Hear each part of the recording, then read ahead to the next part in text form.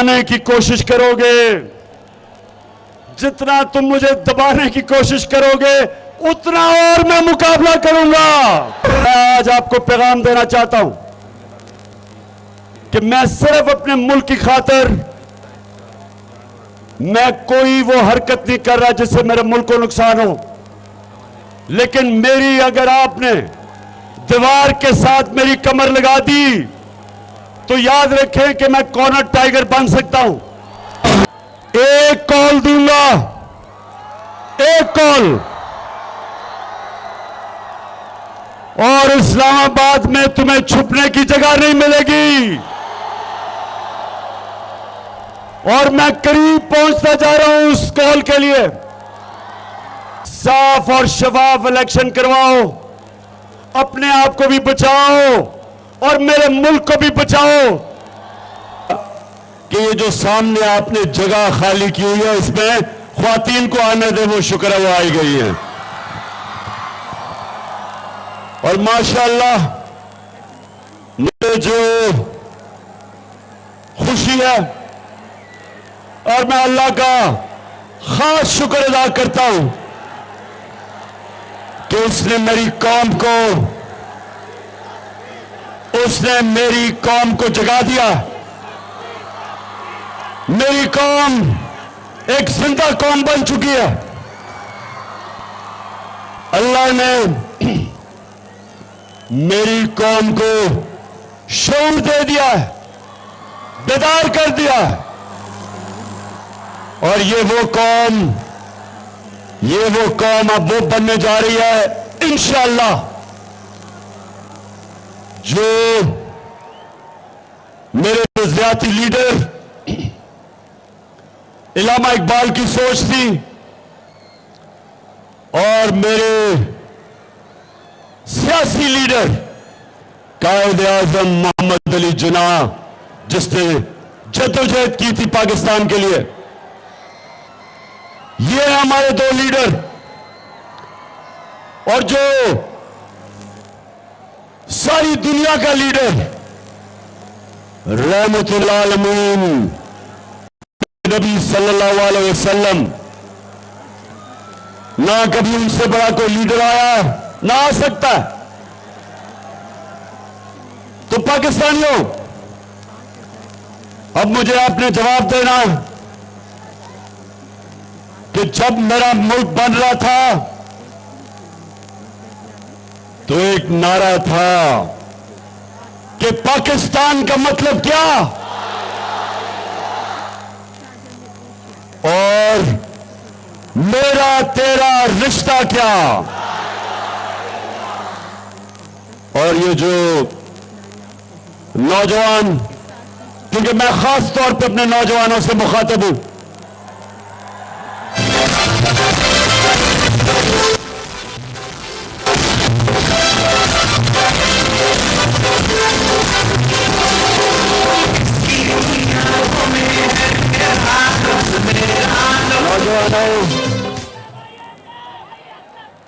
आगे एक मिनट, आगे आपने शोर नहीं करना।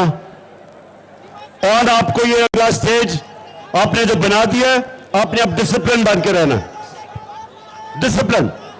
अच्छा जी, ला इलाहा इल्लल्लाह,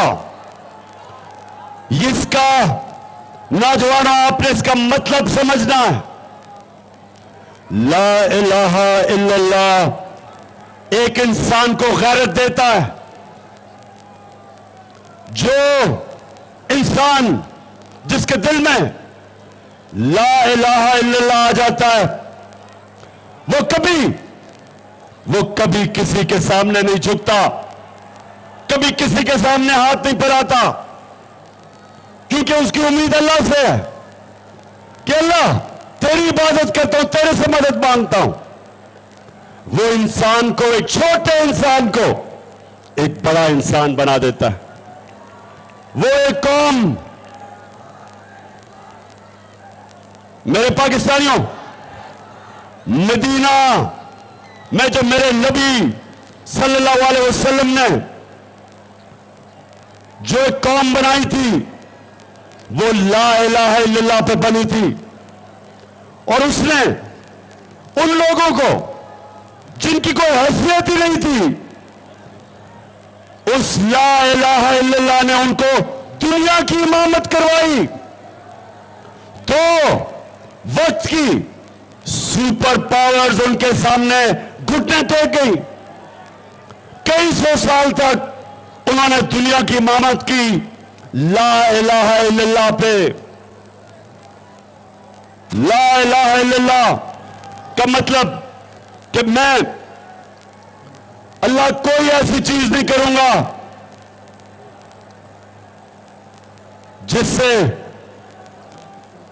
जिससे मेरा ज़मीर, मैं अपने ज़मीर को बेचूं। कोई ऐसी चीज नहीं करूंगा। जो ला इलाहा इल्लल्लाह समझ जाता है, बावलपुर वो कभी लोटा नहीं बन सकता।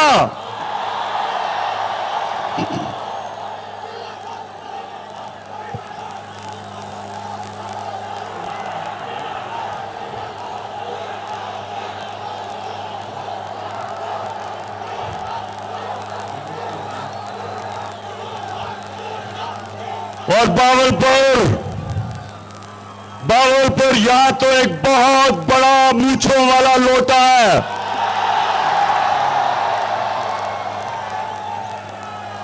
साढ़े 3 साल हुकूमत में बैठ के ऐशी करता है और फिर लोटे का मुंह उधर चला जाता है।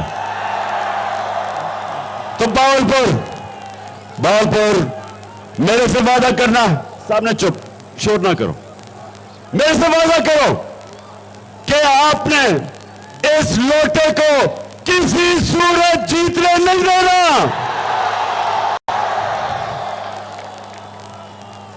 इंशाअल्लाह जो मेरी जागी हुई कौम मुझे नजर आ रही है, लोटों के दिन खत्म हो गए। जमीन फरोशों के दिन पुराने पाकिस्तान में रह गए। हमारा पाकिस्तान वो बनने जा रहा है जो मेरे सियासी लीडर कायदे आजम मोहम्मद अली जिन्ना एक गुलाम हिंदुस्तान में एक आजाद लीडर कायदे आजम, उसके मुखालफीन भी उसे कहते थे कि सादिक और अमीन है, सच्चा इंसान है। और वो जो हमारा लीडर था, उसने तब कहा, आज से कई साल पहले नरेंद्र मोदी के हिंदुस्तान में प्राइम मिनिस्टर बनने से पहले, उसने तब कह दिया था कि मुसलमानों देख के रहो कि कहीं अंग्रेज की गुलामी के बाद आप हिंदू की गुलामी ना करें, इसलिए पाकिस्तान बनना जरूरी है। और आज हिंदुस्तान के अंदर मुसलमानों का हाल देखो, किस तरह की वो बेचारे गुलामी कर रहे हैं।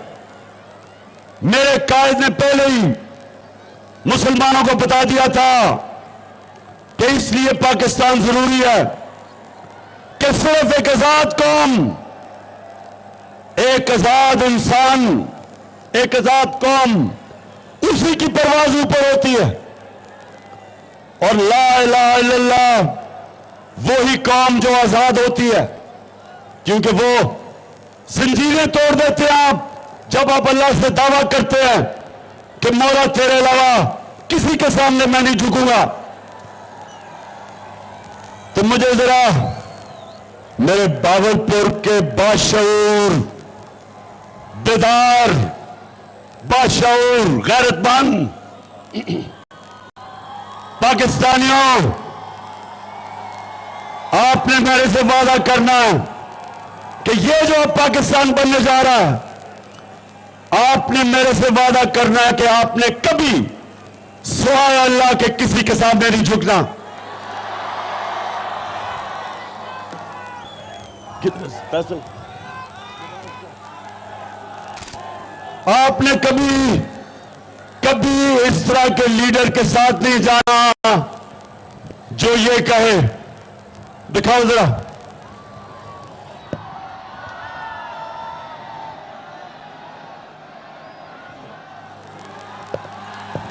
साउंड। साउंड ठहर जाए जरा, थोड़ा सब्र। अभी आपको पता चलेगा कि चेरी ब्लॉसम बूट पॉलिश क्या होती है। चलाओ भी। मैं सर्वोच्च हो गया हूँ, मैं योगी हो गया, नकली हो गया हूँ, और मैंने देखा कि आप हमारे बड़े अजीब भाई हैं, हमेशा आपने हमारे दोस्त हैं, और मैंने बोलूँगा जब मैं आया हूँ आपने मांगने आया हूँ, मैं मांगने आया हमारा दूसरा माली है, 65 साल में आपने हमारा हाथ दिया है, तो इसका आप हाथ डालने का मैं वादा करता हूँ कि इंशाअल्लाह हम पूरी कौम हम मिलकर बिहार लेकर चलेगा, खुशियाँ कराएंगे, फिर गाँव में खड़े। हाँ शबाज शरीफ, मैं मांगने नहीं आया, मैं तो मजबूर हूं। कहता है सारी कौम मेहनत करेगी। शबाज शरीफ, सारी कौम तो मेहनत कर रही है, तुम चोरी करके पैसा बाहर ले जाते हो। मरियम, अच्छा अब मैं बताऊं कि ये खानदान क्या कर रहा है हमारे से। तैयार हो जाओ ख्वातीन, जरा आप भी गौर से ये देखें, नौजवान ये देखें कि ये 30 साल से इस मुल्क का पैसा चोरी करके बाहर लेके जा रहे हैं। 30 साल से। एक ये शरीफ खानदान और दूसरा जरदारी खानदान, ये जो आज दोनों इकट्ठे हो गए हैं, ये दोनों 30 साल से पैसा चोरी कर रहे हैं। तो आप जरा सुने, मैं चाहता हूं जरा गौर से ये अब आप देखें कि 2012 में मैं जब इनसे पूछ रहा था कि तुम्हारे लंदन में अरबों रुपए के, मेफेयर के अंदर अरबों रुपए के अपार्टमेंट्स हैं, तो तब ये क्या कह रहे थे, ये चलाएं। आप ये इनकम नहीं है, कोई प्रॉपर्टी खा दे सकते, क्योंकि आपके मेफेयर के अंदर वो आपकी 4 अपार्टमेंट्स में उनकी 1 अरब से ज्यादा, 1 अरब रुपए से ज्यादा उनकी कीमत है। अब 4.5 अरब तक पहुंच गई है उनकी कीमत। आपने अपनी को टैक्स की टोटल आमदनी बताई 94 में, मुझे 1 लाख रुपए मिलेंगे, बताइए कि आपने अरबों रुपए की मेफेयर से प्रॉपर्टी खरीदी। अब ये सुन लिया, आज से 10 साल पहले मैंने इनसे पूछा कि अरबों रुपए की आपकी मेफेयर में प्रॉपर्टीज हैं, किधर से पैसा आया, क्योंकि टैक्स में तो आपने दिखाया हमारे आपकी आमदनी नहीं है। अब जरा ये सुने कि ये इनका शरीफ खानदान का नुमाइंदा बात ये कि जिन अरबों रुपए की मेफेयर प्रॉपर्टी की बात करें, बताएं कौन सी प्रॉपर्टी है, लाएं दिखाएं,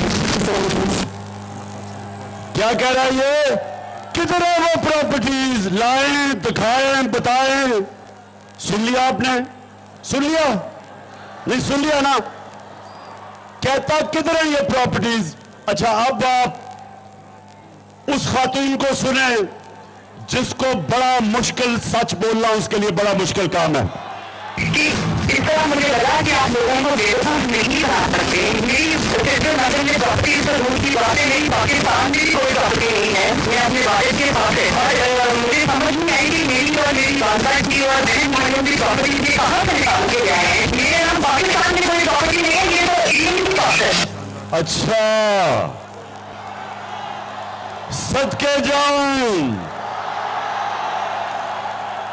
एहसास प्रोग्राम में डाल देता हूं मरियम को, बेचारी के पास कोई प्रॉपर्टी नहीं है, बेचारी 2 वक्त तक खाना नहीं खा सकती, लेकिन अल्लाह अल हक है, सच का खुदा है। अब ये 10 साल पहले थी, इनको ये नहीं पता था कि अल्लाह का काम यह है कि सच सामने ले आता है तो एक इंटरनेशनल इंकशाफ हो जाता है।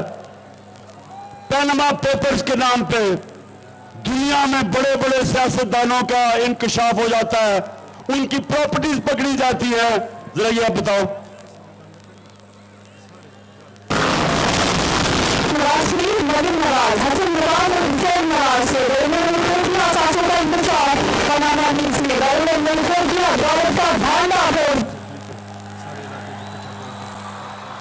सुन लिया।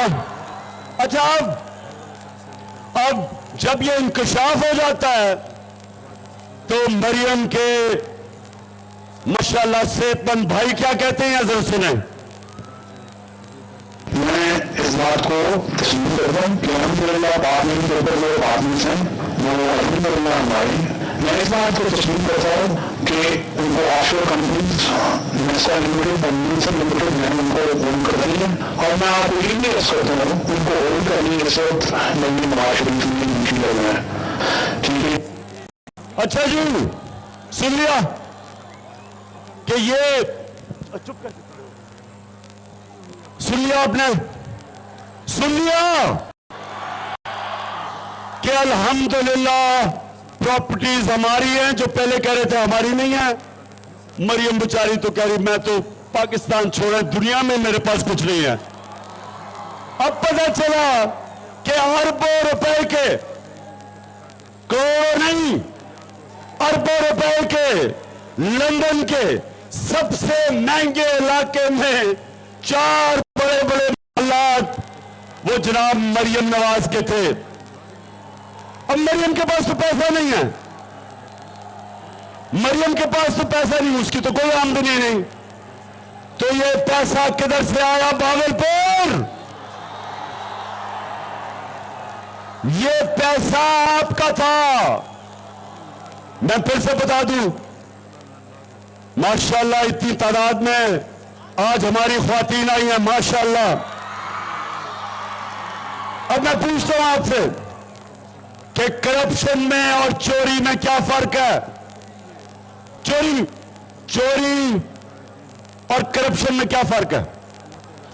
चोरी होती है जब कोई आपके घर में डाका मारे, आपकी चीजें चोरी कर ले, कोई आपकी जेब कुतरी से टेलीफोन निकाल ले, ये चोरी होती है। करप्शन वो होती है जब कौम का पैसा चोरी किया जाता है। चोरी से मुल्क नहीं तबाह होते। जब हुक्मरान, वजीर आजम, सदर, जब वो पैसा चोरी करते हैं मुल्क तबाह हो जाते हैं। आज जितने भी मुल्क गरीब है, जितने मुल्कों में गुर्बत है, वहां इसलिए गुर्बत नहीं कि वसाइल की कमी है, गुर्बत इसलिए कि उनके साहिब इक़्तिदार पैसा चोरी करके मुल्क से बाहर पैसा लेके जा रहे हैं, जिस तरह ये शरीफ है और सरदारी है। तो पाकिस्तानियों, मैं जो आज आपके पास आया हूं, मैं आपको तैयार करवा रहा हूं हकीकी आजादी की तहरीक के लिए। आप सबको तैयार करवा रहा हूं कि हमने अपने आप को इन चोरों से आजाद करना है।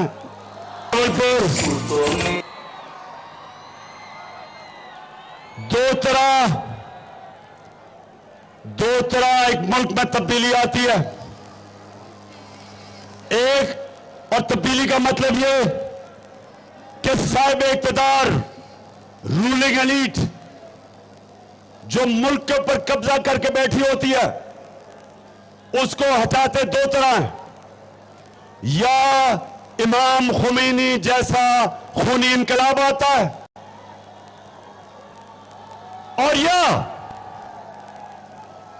बैलेट के जरिए, इलेक्शन के जरिए एक कौम अपने साहिब इक़्तिदार जो पंजे गाड़ के बैठे होते हैं उनको उठा के बाहर फेंकती है।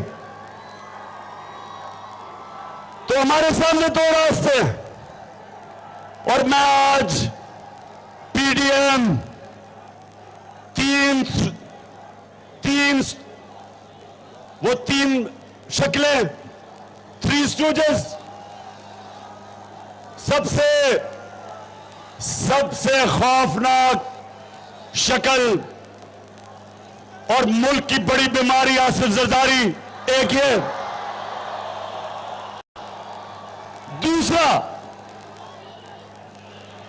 दूसरा आपने देख ही लिया चेरी ब्लॉसम शहबाज शरीफ को, जूते देखते पॉलिश शुरू कर देता है, और जिस तरह मैंने कहा बूट देखते तो खास पॉलिश शुरू कर देता। और बड़े बूटों की खास ऐसी चमकदार पॉलिश करते हैं कि शक्ल नजर आती है इसको उनको में। और तीसरा बताओ,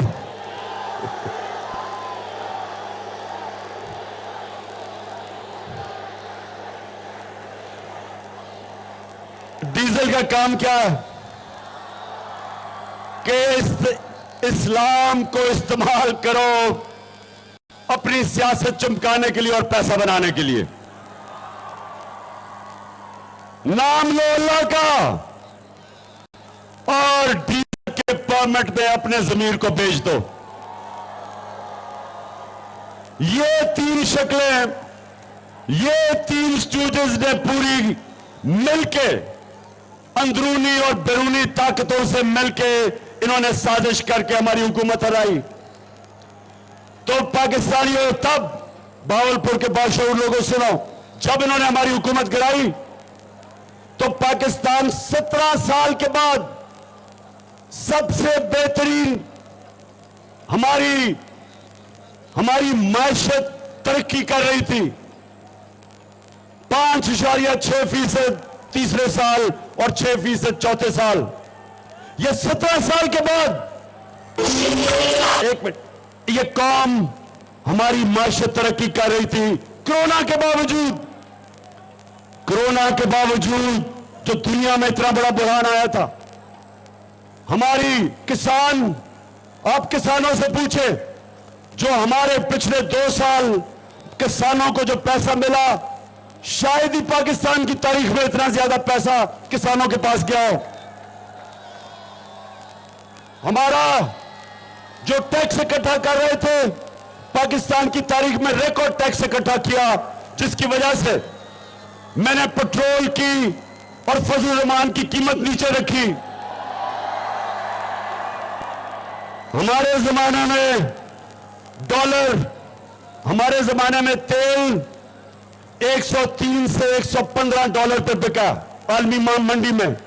फिर से सुन लो नौजवानों, ये नोट करो ख्वातीन, कि हमारा जब दौर था तो तेल आलमी मंडी में 115 रुपए से 103 रुपए पे गया, और हमने पेट्रोल की कीमत 150 रुपए लीटर रखी। फजल रहमान की कीमत 145 रुपए लीटर रखी। आज 96 डॉलर का आलमी मार्केट में पेट्रोल बिक रहा है, सस्ता हो गया। और आज पेट्रोल 236 रुपए लीटर, डीजल उससे भी महंगा। तो सवाल यह है कि जब हमने अपने लोगों को महंगाई से बचाया, क्योंकि हमने टैक्स ज्यादा इकट्ठा किया, हमने उससे लोगों के ऊपर कम बोझ डाला, महंगाई कम रखी।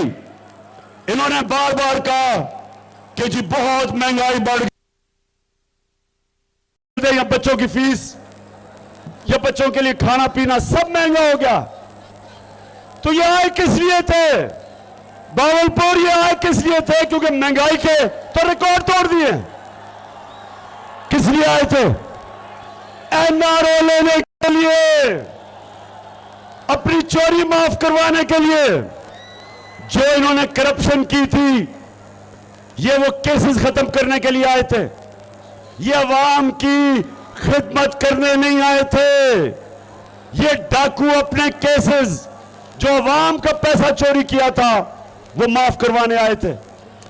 1100 अरब रुपए के इन्होंने पार्लियामेंट में अमेंडमेंट करवा के नैब के कानून में 1100 अरब रुपया माफ करवाया है।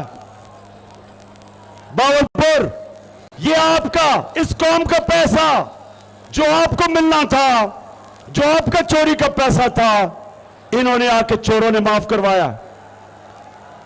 तो बावलपुर अब आगे किधर जा रहा है पाकिस्तान? सुने जरा गौर से। अब ना इंडस्ट्री बंद हो रही है, बेरोजगारी बढ़ रही है, टैक्स कलेक्शन कम हो रही है, एक्सपोर्ट्स कम हो रही हैं, जो बाहर से पाकिस्तानी रेमिटेंसेस भेजते थे वो कम हो रहे हैं।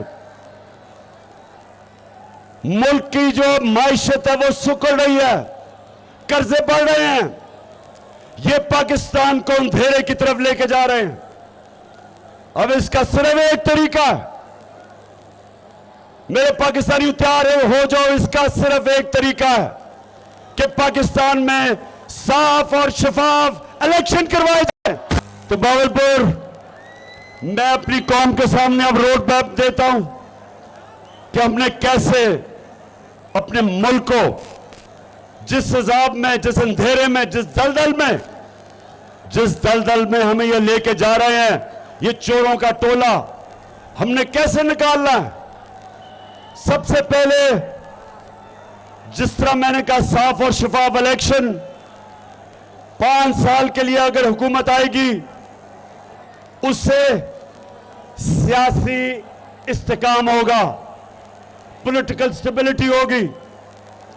पॉलिटिकल स्टेबिलिटी के बगैर माशी इस्तेकाम नहीं आ सकता, इकोनॉमिक स्टेबिलिटी नहीं आ सकती, हमारी माशत नहीं ठीक हो सकती। ये जब तक रहेंगे वो और तेजी से नीचे जाएगी, क्योंकि ना कोई बाहर से सरमायाकारी करने के लिए तैयार है, ना अंदर से इस वक्त हमारे सनतकार सरमाया करने के लिए तैयार है, क्योंकि किसी को पता ही नहीं मुल्क किधर जा रहा है।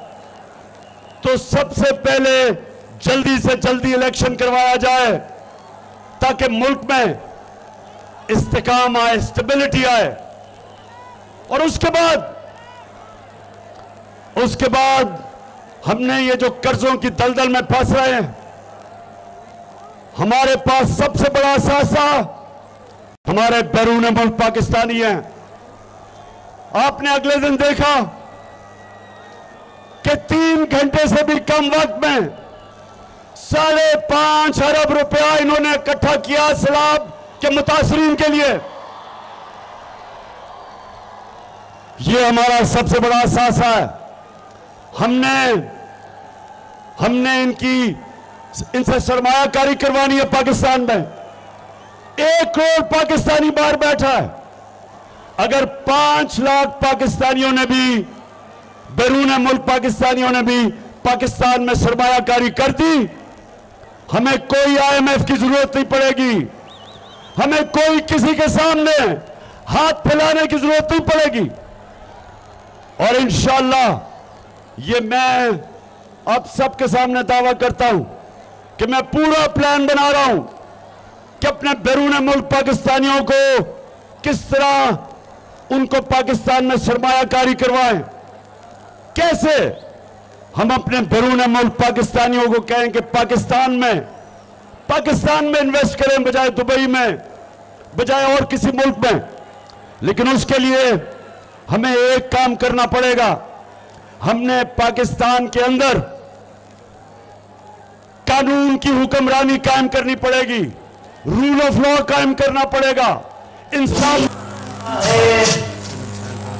तो मैंने भावलपुर, मैं ये बैरून मुल्क पाकिस्तानियों को सबसे ज्यादा जानता हूं। ये तब पाकिस्तान में अपना पैसा लेके आएंगे जब इनको पाकिस्तान के इंसाफ के निजाम के ऊपर इत्मीनान होगा। तो हमारी जंग सबसे पहले इस मुल्क को इस दलदल से निकालने के लिए हमें इस मुल्क में इंसाफ कायम करना पड़ेगा। और इंसाफ तब कायम होगा जब ये बड़े बड़े डाकुओं को कानून के नीचे लेके आएंगे। जब ये जो कहते हैं कि मेरी लंदन तो छोड़ो, पाकिस्तान में भी प्रॉपर्टी नहीं है, इन लोगों ने जो पैसा लूटा है मुल्क से, जब तक इनका एहतसाब नहीं होगा, जब तक ताकतवर के लिए एक कानून, ताकतवर डाके मारे तो NRO, और छोटा चोर जब तक जेल में जाएगा और बड़े डाकू को हमारा इंसाफ का निजाम नहीं पकड़ेगा, या कानून की हुक्मरानी नहीं होगी बल्कि ताकत की हुक्मरानी होगी। और ताकत की हुक्मरानी जंगल में होती है, जंगल का कानून है। कोई माशरा तरक्की नहीं कर सकता जब तक उधर रूल ऑफ लॉ नहीं होता, जिधर इंसाफ नहीं होता। उठा के देखें दुनिया के मुल्क, जिस मुल्क में इंसाफ का निजाम बेहतर है वहां खुशहाली ज्यादा है। स्विट्जरलैंड एक छोटा सा मुल्क है। हमारा जो नॉर्दर्न एरियाज, गिलगित बल्तिस्तान, वो दुगना साइज है स्विट्जरलैंड का और ज्यादा खूबसूरत है। लेकिन छोटा सा स्विट्जरलैंड दुनिया का खुशहाल तरीन मुल्क है, क्योंकि दुनिया में सबसे ज्यादा इंसाफ यानी कि कानून की हुक्मरानी स्विट्जरलैंड में है। कोई ताकत से ताकतवर इंसान कानून के नीचे है। जब इंसाफ होता है, खुशहाली आती है। तो सबसे ज्यादा जंग मेरे पाकिस्तानियों, मेरे बहावलपुर के बाशऊर शहरियों, हमारी सबसे बड़ी जंग इस मुल्क में इंसाफ कायम करने के लिए, ये बड़े बड़े जो मगरमच्छ हैं इनको कानून के नीचे लाने के लिए, रूल ऑफ लॉ कायम करने के लिए। तो बहावलपुर तैयार हो आप मेरे साथ? किसी थाने के अंदर किसी गरीब आदमी पे जुल्म नहीं होगा। कोई शहबाज गिल जैसे लोगों को और जमील फारूकी जैसे सहाफियों पे किसी किस्म का जुल्म नहीं होगा, जो पाकिस्तान हम देखना चाहते हैं। और कोई ताकतवर एनआरओ नहीं ले सकेगा। कानून सबके लिए एक होगा।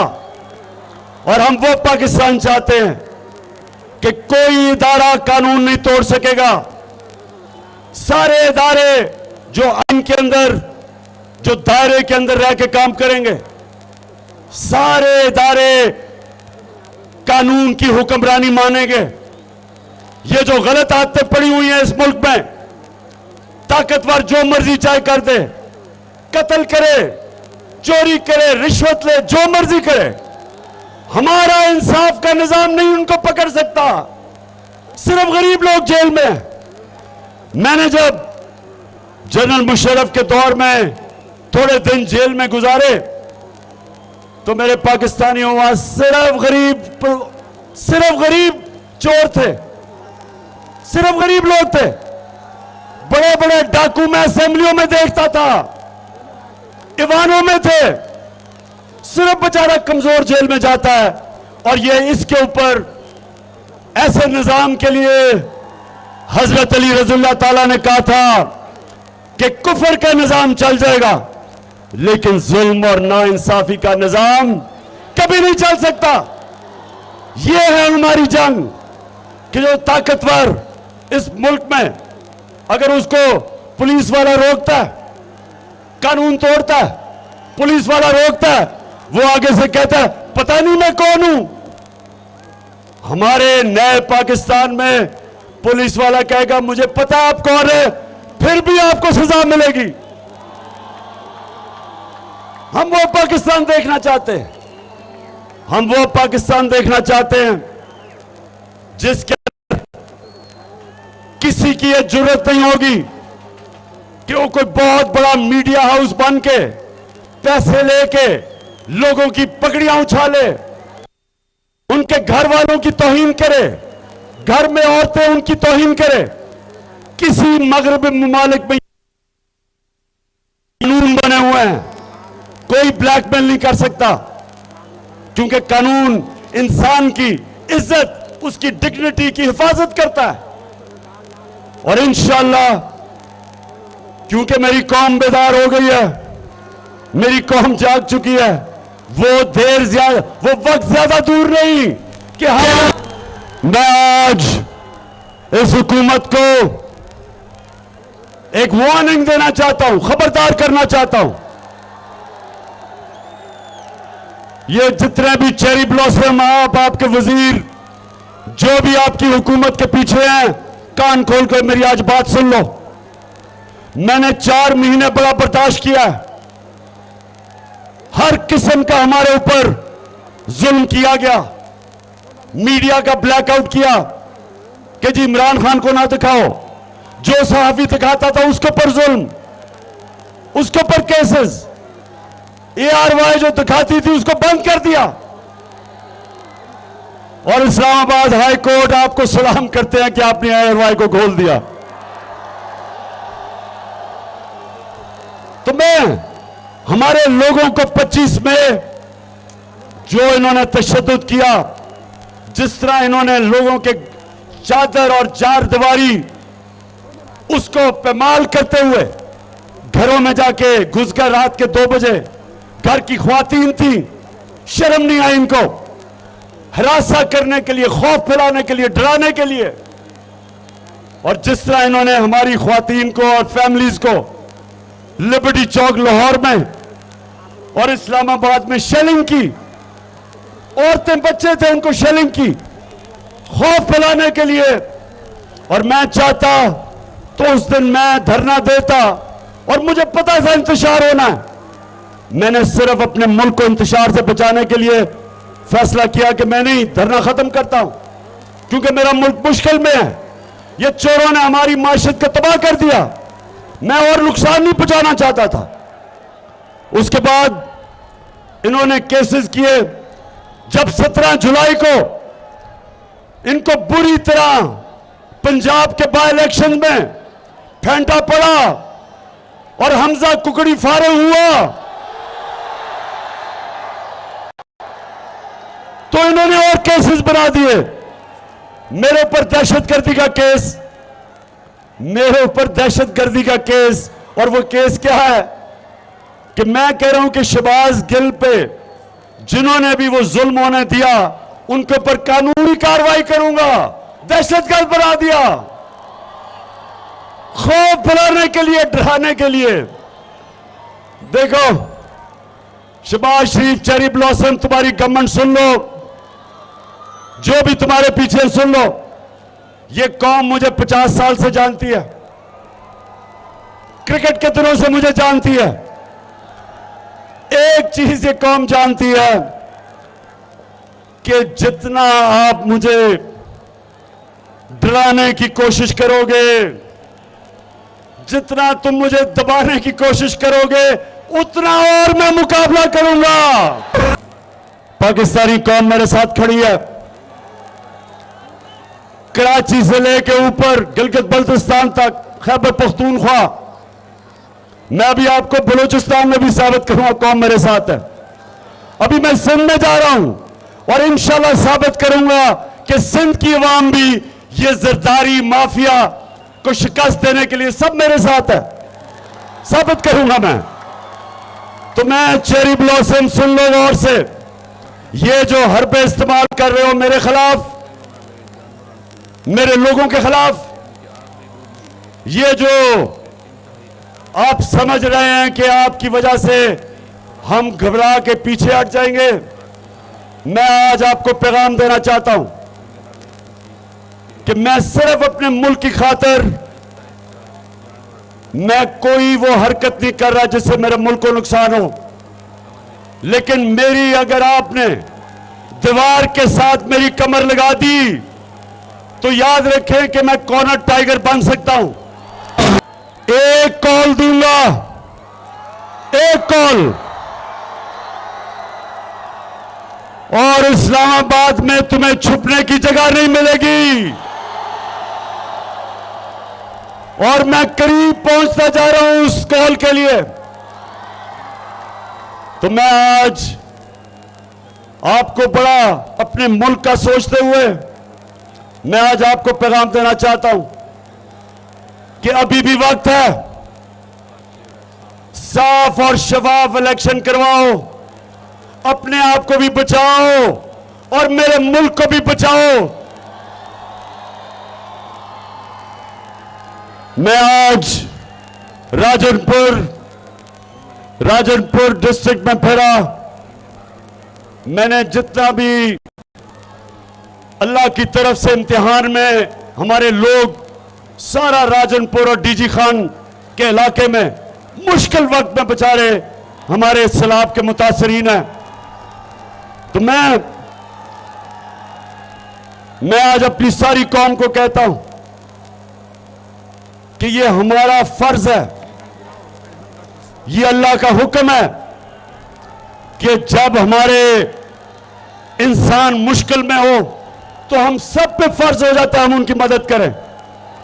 इंशाअल्लाह मैं अपने लोगों के लिए, मुतासरीन के लिए, सारे पाकिस्तान में, बलूचिस्तान, सिंध, पंजाब, पख्तूनख्वा, गिलगित बल्तिस्तान और आजाद कश्मीर, इंशाअल्लाह इन सब के लिए मैं पैसे इकट्ठे करूंगा। बैरून मुल्क पाकिस्तानी वो मुझे बार बार कह रहे हैं कि पिछली टेलीथॉन में टाइम कम था, पैसे देना चाहते थे। इंशाअल्लाह उनके लिए मैं अगले इतवार को एक और टेलीथॉन करूंगा। और ये सारा पैसा और जितने मेरे टाइगर फोर्स है, नौजवानों आपने मेरी टाइगर फोर्स ज्वाइन कर जानी है, क्योंकि हमने लोग उन इलाकों में अपनी गवर्नमेंट के साथ मिलकर लोगों को भेजना है जिधर अभी भी लोग बड़ी मुश्किल में हैं। मैंने वो देखा, लोग, बच्चों, वो मच्छर, सारा चारों तरफ पानी है, मच्छर हैं, बच्चों को उस मुश्किल में है, बेचारे, मुश्किल वक्त है। तो हमारे ऊपर, सबके ऊपर है। और इंशाअल्लाह मैं अपनी कौम को भी मोबिलाइज करूंगा, पैसे भी इकट्ठे करूंगा और पूरी कोशिश करूंगा कि हम अपने जो बेचारे पाकिस्तानी आज मुश्किल में हैं उनकी जिंदगी आसान करें। और उसके लिए भी बावलपुर, आप मेरे साथ खड़े हो। वैसे बावलपुर आज मेरा बड़ा दिल खुश हुआ आपका जोश और जज्बा देख के।